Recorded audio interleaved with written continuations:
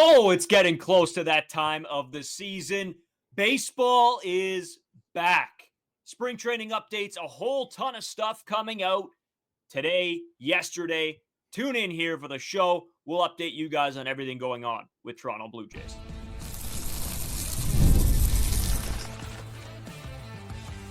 You are Locked On Blue Jays, your daily Toronto Blue Jays podcast. Part of the Locked On Podcast Network, your team every day. Welcome back to Locked On Blue Jays. Thank you for making Locked On Blue Jays your first listen every day. We are free and available wherever you get your podcasts and on YouTube. Part of the Locked On Podcast Network, your team every day. Today's episode is brought to you by FanDuel. Right now, new FanDuel customers can get $150 in bonus bets if your first $5 bet wins. Download the app or head to FanDuel.com to get started. As always, I'm Braden Iwasco. He's Carter First. You can find us on Twitter, Braden5Iwasco. Carter First, too, have been more active on there, so make sure you guys do go and follow us on those accounts as well. We cover the Toronto Blue Jays, the MLB entirely on there. We might throw in some hockey stuff, some football stuff. Who knows? It's still our Twitters. We still like to have some fun. And Four Nations Face-Off has been electric, so making some tweets on about that too. As well, make sure you guys drop a subscription to us here on YouTube. It's free. You might as well do so if you haven't already. We noticed a lot of you guys that watch the podcast don't subscribe. Do that. It's easy enough. You might as well. You get podcast videos, shorts, live streams whenever there's big information as well from us. Discord link is down in the description. And we've gotten a really good response from the fantasy sort of thing that we're going to do. Locked On Blue Jays might do set up a fantasy league so we can get a couple of you guys playing fantasy against us. Me and Carter will each have an account. I think if I go through ESPN, I think we can do 20 teams. So we'll be able to get 20 of you guys in there. We'll let you know. Keep a lookout for the podcasts in the descriptions moving forward. And the link to join will be in there. Download the ESPN fantasy app if you want to sort of get ahead of everything. A lot to get into. Spring training report for spring training. We got this nice little graphic. Thank you to Locked On for doing all of these up real nicely. Carter, ton to get into today, my man. Ton to get into. How pumped are you that we are here? We're seeing the boys in action a little bit, whether it's through the Toronto Blue Jays Instagram account or Twitter or whatever it is. All the videos, comments, everything that are coming out. It's just a great time, isn't it? It's always awesome when you're seeing some of the boys reporting back for spring training. Obviously, just officially the pitchers and catchers, but you obviously see a lot of Toronto Blue Jays there that you know and love. Getting in the work, Bichette's there, Daulton Varsho's there. A bunch more players are there getting the work in. You absolutely love to see that, especially from a guy like Bichette, who has made some changes and is hopefully going to make some changes in production that he had in 2024. But I wanted to kind of start it here with Daulton Varsho because a bunch of stuff came out regarding this guy. And I just wanted to jump right into it with some quotes from Shai Davidi. So Daulton Varsho, obviously with the shoulder surgery, we were speculating that he comes back, probably misses obviously the start of March and then April as well. We were speculating that he comes back sometime in May, but he is already throwing at 90 feet. And Schneider says the Jays are operating as if he'll miss some time, but they're not putting anything past him. So again, you got to see how this timeline works out. We're still pretty far away from opening day, obviously, which is March 27th. So you still have a bunch of time for Daulton Varsho to make that recovery, but it's definitely nice to see this guy seemingly is making progressions better and is ahead of schedule with this injury timetable. Yeah, and I think the biggest thing for Daulton Varsho is getting in the spring training work. I don't think he has to ramp it right up. He doesn't have to be in game-ready shape yet for the start of the season, but I think at least him being able to do some things, throwing from 90 feet, maybe getting in some at-bats, that's all meaningful stuff in spring training. It's not like he can't do anything. And I think that's a big thing. You don't want to completely miss that spring training. So big from him for sure. Carter, the next thing, something else that's probably bigger for this team, and we'll have to see what happens. This is from Keegan Matheson. Erik Swanson had a little forearm fatigue and may be a little behind, but he's optimistic that there's enough time for him to be ready for opening day. So yeah, you never want to see a guy in your bullpen, being a little bit behind for spring training. I don't love the use of those words, but him seemingly being ready for opening day is big as well. Oh, especially after the season that Erik Swanson had last year. You don't want to go into the spring training with kind of those same problems. We saw what an impact it can have when players miss a significant amount of spring training. So with the word fatigue, it's not worrying me too much. It seems like it's pretty precautionary right now, especially with, again, Thursday being the first day that pitchers and catchers reported. the day this comes out, Friday, it will be the second day that pitchers and catchers are throwing. So they're obviously not going to rush him into things if he has to take, again, even a week off, kind of slowly work that workload back up to getting into spring training for him. And then obviously at the start of the season, you want him to be fully ramped up. But especially this early on when you haven't even played a spring training game yet, expect the Toronto Blue Jays to proceed with caution on any player, honestly, that does have injuries early on this spring training. Yeah, man. It always scares me when we get to this time of year, right? Everybody comes back and tries to get right back into game ready shape. And you're always worried about an injury because, again, like you said, we saw what happened last year with so many guys going down with injuries that, one big injury to a Vladimir Guerrero Jr., a Bo Bichette, a Daulton Varsho could be just brutal for this team. Yeah, another thing that I did want to kind of go into, those, if you do have an injury with obviously a big name, it's going to hurt, especially a guy like Daulton Varsho, who is not supposed to be ready for the start of spring training. You rather have him miss an extra week or two of the season rather than rush that guy back and then maybe you miss the entire season from a guy like Daulton Varsho. But speaking of Daulton Varsho, one smaller thing that I did want to go back into with him as well is something that Ross Atkins said that I picked up on during his press conference. And Keegan Matheson also picked up on this and says, Ross Atkins added Daulton Varsho's name unprompted alongside Vladdy and Bo when broadly discussing how the Blue Jays want to approach extension talks. So obviously we know how it's going with Bo Bichette and Vladimir Guerrero Jr. We know at this point that Bo Bichette definitely not going to get extended going in this season. Vladimir Guerrero Jr. probably in the same boat, probably not getting that extension done. Still technically have some time as this episode does come out. But again, you're kind of picking at straws here with only a few days left to everyone officially reporting on February 18th. So it looks like they might be trying to get ahead of the Daulton Varsho timeline. Again, this guy still does have a few seasons left in Toronto, but only one more year than Bo and Vladdy. So you got 2 more years of Daulton Varsho, and then he's scheduled to be a UFA. But if you approach this to any single Toronto Blue Jays fan, if you give him this question, hey, like Bo Bichette, Vladimir Guerrero Jr., Daulton Varsho, unfortunately for Varsho, it's good to see his defensively as much as he will be an importance to this team. You're not throwing Daulton Varsho in the same conversations as a guy like Bo Bichette or Vladimir Guerrero Jr., but it is nice to see them taking that initiative to hopefully get ahead of the ball game when it comes to Daulton Varsho. Yeah, and for those of you who watched the podcast from yesterday, or watch the TikTok short reel, whatever it was that I put out yesterday morning, I guess it was. There was updates on the whole Vlad situation. We'll get a little bit into that in the second segment, talking about John Schneider as well as some of his comments made to some of the guys, just talking about John Schneider as a whole as well. But I agree with you. Daulton Varsho isn't that number one priority right now.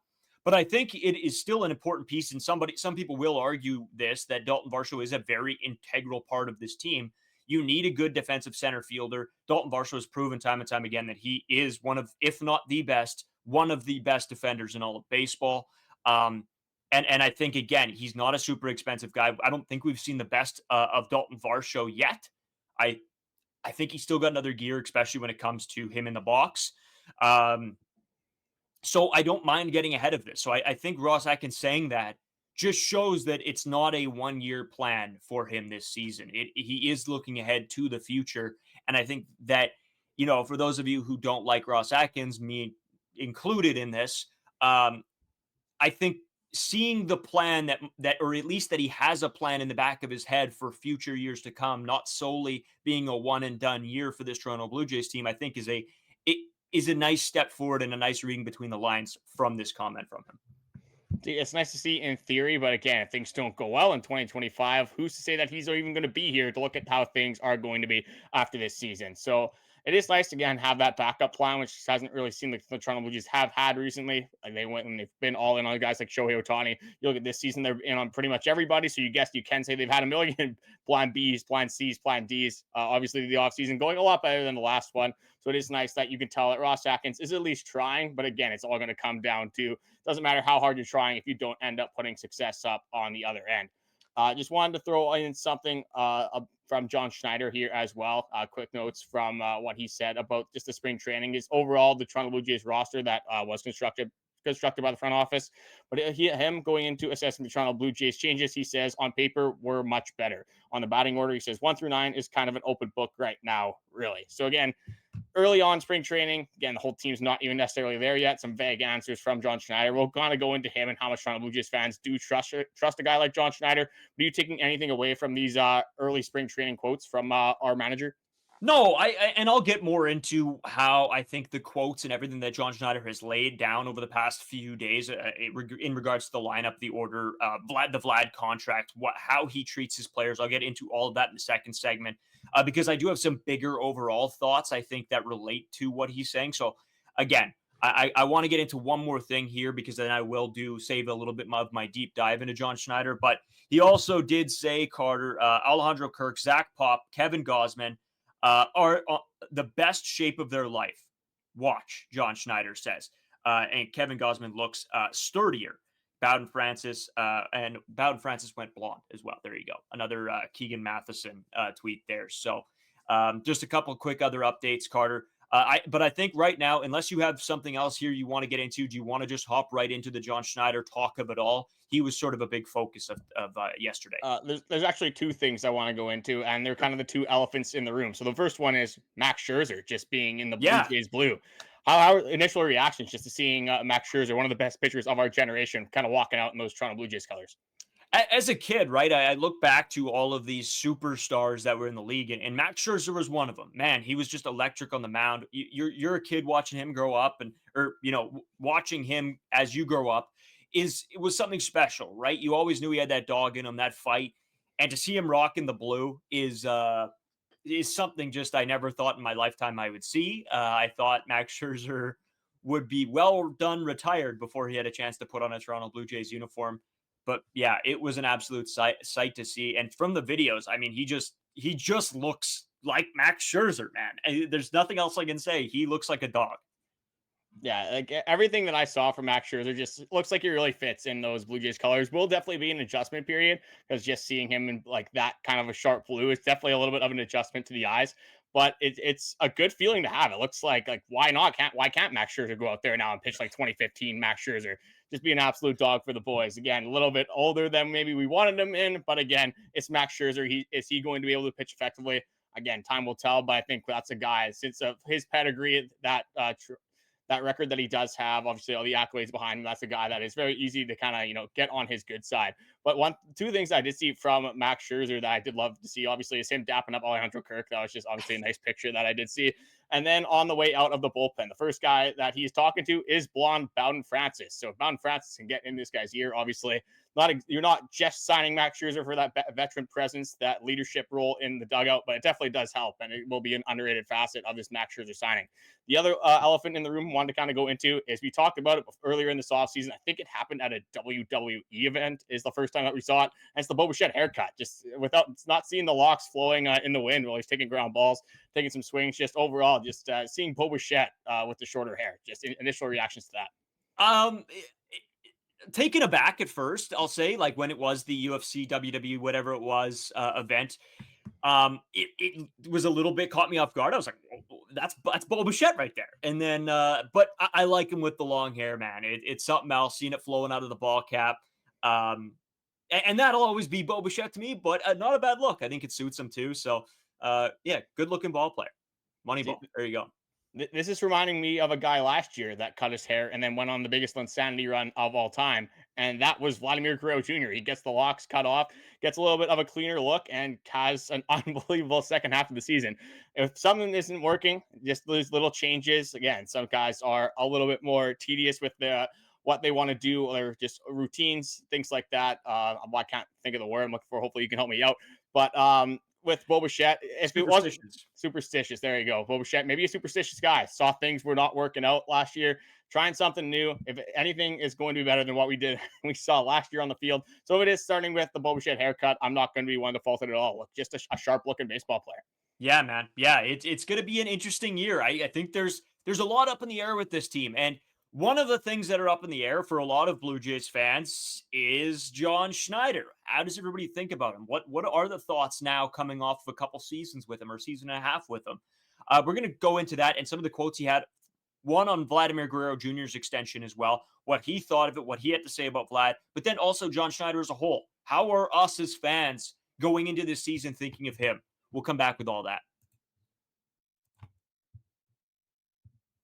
Today's episode brought to you by FanDuel. You guys all know I talk about FanDuel all the time. It's my favorite place to place some bets. Placed some on the game last night, the USA-Finland game. Lost that. I was an idiot and I didn't go with their same game parlays that were pre-made. So bad choices on my behalf. When the game tips off, the NBA action is just getting started and there's no better place to get in on it than FanDuel, America's #1 sports book. With FanDuel, you can place live bets throughout the game. So even if you miss the opening tip-off or want to bet on the fourth quarter comeback, you can stay in the action. And if you're looking for a bigger payout, you can even combine your live bets into a same-game parlay. My favorite. Those same-game parlays hit hard. Right now, new FanDuel customers can get $150 in bonus bets if your first $5 bet wins. Just visit FanDuel.com to join today. That's FanDuel.com for your shot at $150 in bonus bets. Make every moment more with FanDuel, the official sports betting partner of the NBA. So, Carter, just getting into the John Schneider of it all, he talked a little bit about Vladimir Guerrero Jr., and we'll get into the whole talk about how we feel about him sort of managing this club, this group of guys going into this season. So I want to start here. Again, this is from Keegan Matheson. And John Schneider says, we all want Vlad to be here. I think that's obvious. Ross has said that, and I've said that, you just keep working towards it and hoping it happens. But our conversations have really been about this year and how we can get better. John Schneider, to me, when he talks about Vladimir Guerrero Jr., and it's been throughout Vlad's whole career and John Schneider's whole career with Vlad, is, John Schneider was the manager in the AAA system when Vlad played there. And so they've spent a lot of time together. John Schneider treats the players very well. We always talked about him being a player's manager, a for the players type of guy. And he really shows that. And I think in that aspect of it, I have a lot of respect for him, and this is only will be his second full season as a big league manager. So we have to remember that as well. Is he the right guy for this team? We can discuss that, but I think overall, he's new to this career. He's new to the MLB. He's got a good relationship with the guys in this clubhouse. And I'll give more of my thoughts later, Carter, but just when I say those pieces around John Schneider, how do you feel about that? With John Schneider, it's a tough one to kind of talk about in regards of last season, because if you're John Schneider, you could talk about like how he's had a history of just making wrong decisions, making some interesting decisions. You can't really blame any decision on him last year because he had nothing to work with.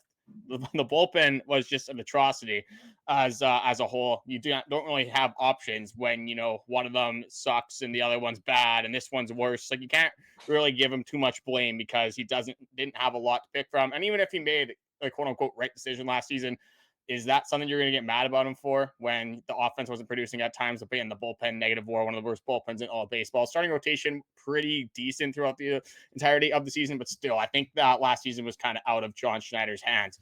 But this is a guy you said he was a player's manager. That's almost like too big of a player's manager. That's almost a fault that some people have with a guy like John Schneider. Because is he able to discipline some of these players with him being all buddy-buddy, which is it's good to have a relationship, obviously, with your players. You don't want them to hate you. That is a lot worse than them loving you and you kind of having this too much of a player's manager role where you can't discipline these guys.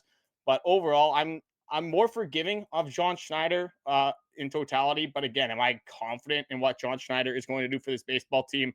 Not overly, but then again, it's a manager of a baseball club. He's not going out there swinging the bat. He's not going out there throwing pitches. Yes, again, in situations, if he's throwing a guy like maybe Brendan Little over Jeff Hoffman, I might have a problem with that in some instances.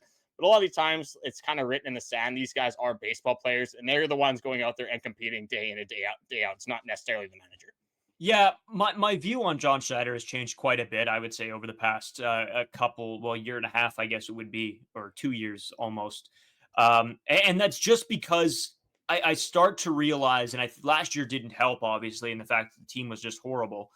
And like I said, he's new to this. I don't necessarily think, it's tough coming in and being the manager of a club who goes to the playoffs. Again, the players didn't play well besides Jose Berrios in the playoffs that he pulled them. And again, I think there was mistakes that John Schneider did. I think he can be the guy moving forward. And I don't know if letting John Schneider go and finding somebody new right now with the group of players that you have and you're wanting them to sign, I don't think letting John Schneider go at this point helps those contract negotiations. I think Vlad likes him. I don't know about Bo that much. I haven't seen a lot of their conversations, but it seems like Vlad likes him, and some of the guys do like John Schneider, and that could always hurt the negotiations as well, right? If you let him go and you still have to sign Vlad, well, now you just let the guy who has managed him almost his entire career go. I don't know how well Vlad takes that. Maybe he doesn't care. Maybe he does. But it's those little things in baseball that can make a guy want to stay or want to leave or take a slight discount or not take a slight discount. All those things add up, and John Schneider seems like a little bit of piece to that puzzle. Yeah, it's comfortability is definitely a big thing to have. Like if for a guy like Vladimir Guerrero Jr., if he's comfortable with a guy like John Schneider, definitely isn't going to hurt if you do keep him around. But like at the end of the day, unless it's someone that he absolutely hates, like if he's seen this guy in the dugout, he's like, I'm going to take your head off, sort of thing. But if it's just like a manager, again, is it really? Are you really having that bad of a relationship with your manager that's going to be that big of a deal in retrospect? Probably not. Like, I don't think that would necessarily be a big thing in the Vladdy, the contract negotiations. Maybe, again, can talk to him offside. It wouldn't hurt necessarily, but I don't think it's going to be the end-all, be-all if Vladimir Guerrero Jr. does decide to stay, obviously, in Toronto. And that's not what I'm saying at all. But you have to think, when a guy is thinking of staying or leaving, there are many different things that go into it. And I think having a manager that has been there throughout your entire career probably helps, even if it is the slightest bit. Just like, hey, the temperature's warm here, or I like the city, right? It's little things like that all go into making a final decision, especially when you're thinking of signing a 10 to 12-year deal. So, yeah, that's obviously a big portion of your life. And you have a bunch of those things that aren't necessarily going your way or not the way that you anticipate them going. Maybe they do add up after a while. You have a bad manager, maybe you have a bad facilities, which again, in the Toronto Blue Jays sense, they don't. But maybe you have bad teammates. You add all these things together. Would you really want to come back to that baseball team? Probably not. But if I'm Vladimir Guerrero Jr., again, I'm not necessarily worried about the relationship I'm having with my manager. I'm worried about, is this guy a guy that's going to back me if I'm not having a good stretch? Is this a guy that, again, I can trust to make the good decisions for this, proper decisions for this baseball team? I think that is some of the things that fans have had trouble with just regarding John Schneider. Because going back over the last few seasons, obviously the number one thing when you think about John Schneider is, why are you pulling Jose Berrios in a playoff game when he looks like the most dominant he's debatably ever been with the Toronto Blue Jays? Then you throw Yusei Kikuchi in there. Maybe you like the matchup better, but you see a guy dealing, just use your eyes. Every single Toronto Blue Jays fan, I think, was on the same page looking at this, which is pretty tough for Toronto Blue Jays fans to all be on the same page. But everyone could tell that Jose Berrios was dealing. Didn't really make sense for you to pull him there whatsoever. Going back to last season, George Springer in the leadoff spot for as long as it was. May 18th was the first day that George Springer was not leading off for this baseball team, while being one of the worst hitters we have literally ever seen. Statistically, the eye test, anything you saw regarding George Springer last season was pointing to that as well. And then obviously just there's some, again, little managerial decisions where like maybe he's throwing in one bullpen guy over another that, again, I don't remember instances specifically for those ones last season because, again, when you look at it in totality, it's not something you're really going to draw back on why the Toronto Blue Jays weren't a very good baseball team in 2024. But when I think back to John Schneider and how he manages his baseball team, I could definitely remember a few times of being like, why are you putting him in? Why is he doing this? Why is he doing that? So there is a little bit of question regarding this fan base on if it comes down to a playoff scenario, if it comes down to this big moment, is John Schneider going to be able to make the right decision to benefit this baseball club? Yeah, and I'm sort of with you a little bit on that side of it. I'm not fully advocating for this guy. I think there are positives, and you are right. There are negatives, and there are negatives that I've complained about on this podcast before. So I'm not blind to those either. There were mistakes. There will be mistakes next season. There will be mistakes for if you are the best manager in baseball. You will still make the wrong decision here and there. But yes, there are situations that John Schneider does things, and I'm like, I probably wouldn't have gone that way.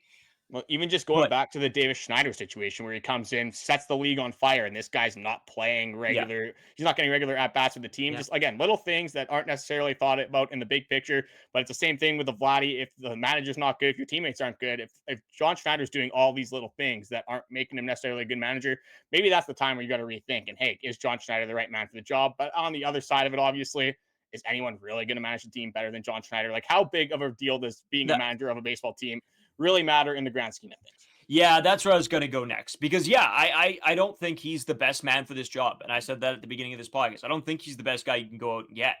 But are you willing to move on from him and then go find somebody new and try to work him in a season that's already a little bit do or die here? I don't know. I think for this season, you got to roll with him. If it doesn't go well again, then you make a move. You make a move probably with him and Ross, and the whole party of them get shipped out. But for this season, as much as maybe I'm not the biggest fan, and you guys probably know that we're not the biggest fans of John Schneider. I don't hate the guy. I don't love him as a manager.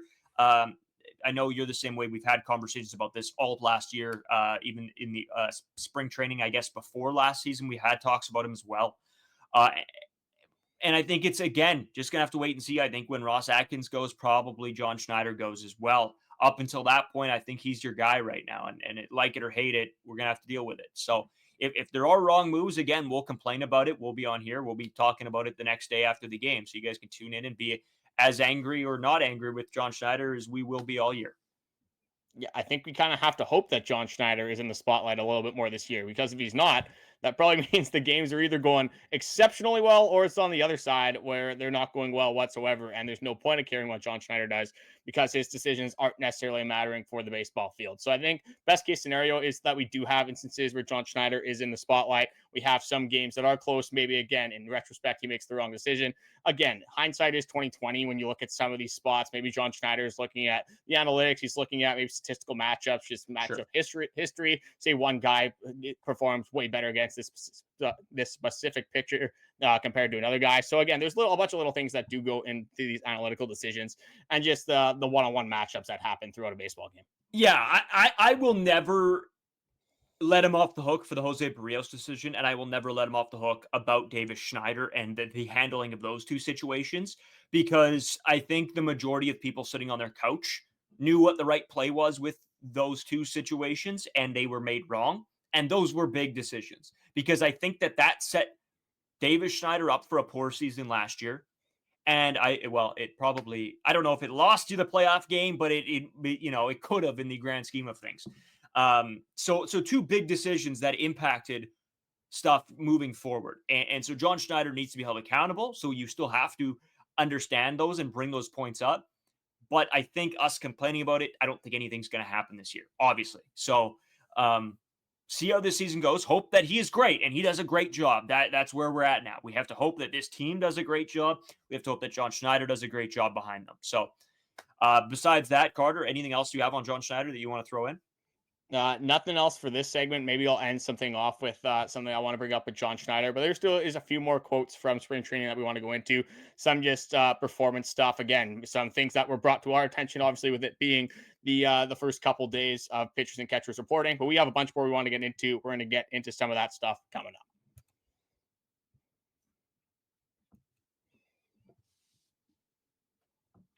So, Carter, as we kick things off here, just some more quotes, some more little spring training news. Again, when there are big spring training pitchers and with the reports and everything like that, we will have this spring training report. So any big information, new information, you guys will know that, hey, this is a spring training episode. We'll have this little tag down here, so you guys know that. Let's start here.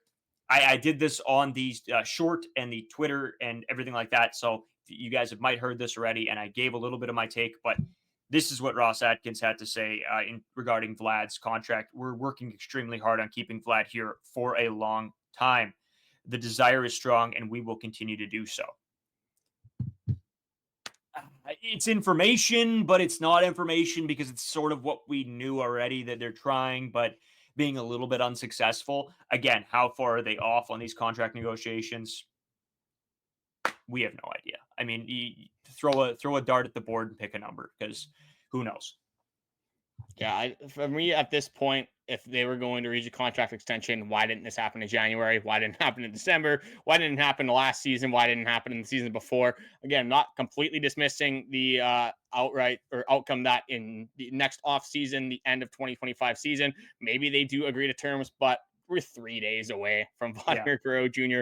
reporting to spring training. The odds that something happens in these 3 days when it hasn't happened this entire offseason, just for me, it seems like an absolute long shot on the Vladimir Guerrero Jr. front. At this point, if it's a Vladimir Guerrero Jr., just or regarding anyone, whether it's an MLB insider, whether it's Ross Atkins, John Schneider, you can talk about it all you want, but until it happens, until the pen is put to paper, I'm not really taking a lot that is being said with any validity at all.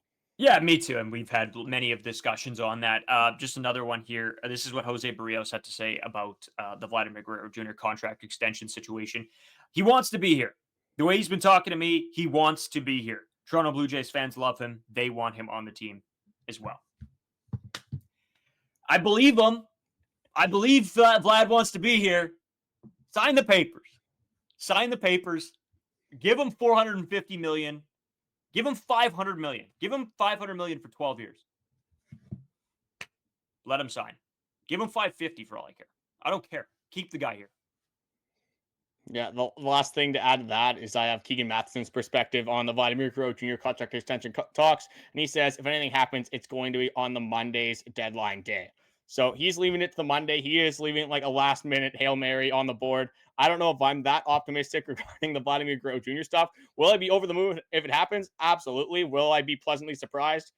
100%. I would love to see a Vladimir Guerrero Jr. contract extension happening on that Monday, happening Sunday, Saturday, whatever day it is. I want to see it happen before the limit does happen, that the February 18th date that he said, as soon as we get to spring training, I'm not going to be negotiating my contract anymore. I just want to focus on the baseball, which is, again, exactly what you want to hear, especially because he's going to be on the Toronto Blue Jays for the 2025 season. But again, it's all speculation until we see that pen to paper with Vladimir Guerrero Jr. I'm not going to get overly excited about any of these reports that we are seeing. But again, last thing that I wanted to kind of go into is just circling back to John Schneider. And we talk about Vladimir Guerrero Jr. and maybe a little bit of John Schneider being there has some comfortability for him. And just I want to kind of talk about that correlation as well. If you're Vladimir Guerrero Jr., you kind of see George Springer, what he did last season. Obviously, it was not at all what you want to expect from George Springer. But if you're Vladdy, if you're going to be the cornerstone of the Toronto Blue Jays, you want a manager that's not going to see you struggle for 2 weeks and then just pull you from your leadoff spot, pull you from the number 3 spot, pull you from the number 4 spot. At least in that scenario, as much as it did pain me to see George Springer hitting leadoff day in and day out, you can tell that John Schneider is for his players. He's going to back his players through the good. Yeah. He's going to back his players through the bad. So if you're Vladimir Guerrero Jr. and you're seeing that, you got to tip your cap at least a little bit on that front.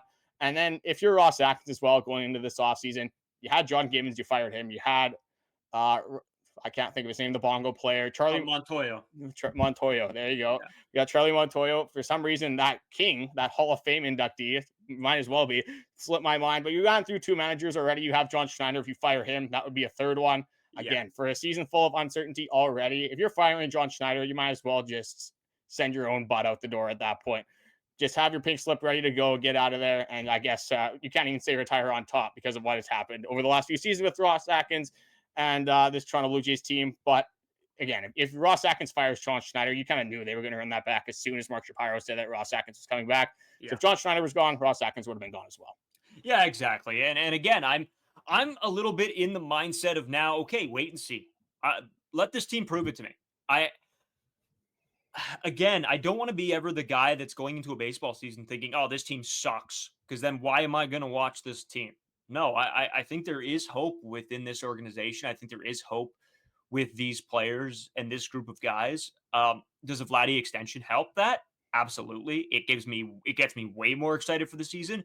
But I'm already pumped. I already think there is a chance here. I think we always talk about it. If you can make it to the dance, anything can happen. And yes, we haven't seen postseason success, but that's why that quote, that metaphor phrase is there. If you can get to the dance, anything is possible, because we've seen it happen before. So if this team can just make it happen, get to the playoffs, who knows what we can see. So yes, it'll be a battle this year. But you got to have a little bit of hope that this team can at least get you to the playoffs.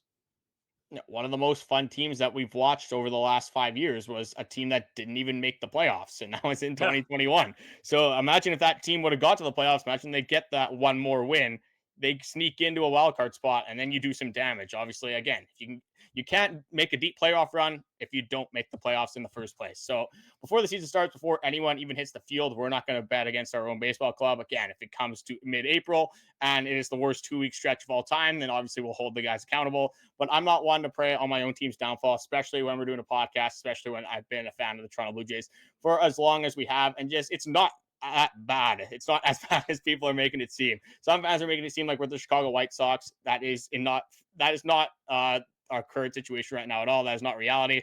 So it could be a lot worse. I'm going to be optimistic because the Toronto Blue Jays still have a bunch of pieces and a bunch of roadways that can lead to this team being successful this season. Yeah, you know what people are going to say? Oh, the Blue Jays were pretty close to the White Sox last year. Like, come on. Like, they were bad, but come on. Like, oh, I don't know. Anyway, have a great night, guys. Have a great weekend. Take it easy. We'll be back Monday. If anything does crazy happen over the weekend, you guys will know where to find us right here on the YouTube, Locked On Blue Jays, going live. Check out the shorts, the TikToks, Reels, whatever it is as well. We'll have some of those coming out. Again, follow us on Twitter. And keep an eye out for the Locked On Blue Jays Fantasy League. We will get that going very soon. Draft date will probably be a week or so away from the start of the season. Yeah. Keep your eyes locked. Have a great weekend. Don't do anything dumb. Don't do anything stupid. Be good human beings. Me and Carter will. We'll try anyway. We'll see.